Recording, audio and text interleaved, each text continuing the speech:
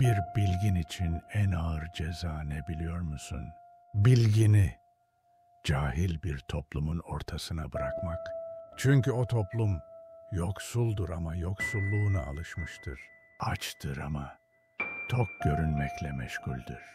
Bilgin konuşur, değişin der. Toplum cevap verir, bize karışma, zaman akıp gider. Ama cahil toplumda zaman diye bir kavram yoktur. Disiplin, kölelik sanırlar. Azim, saçmalık. Değişim, tehdit. Sonra o bilgine deli derler. Ve bilgin ne kadar anlatırsa o kadar dışlanır. Cahil toplum cehaletinden huzur bulur. Bilginden ise rahatsız olur. En sonunda bilgini kovar. Bilgin toplumunu karanlıktan çekmeye çalıştıkça toplum ona kahkahalarla güler.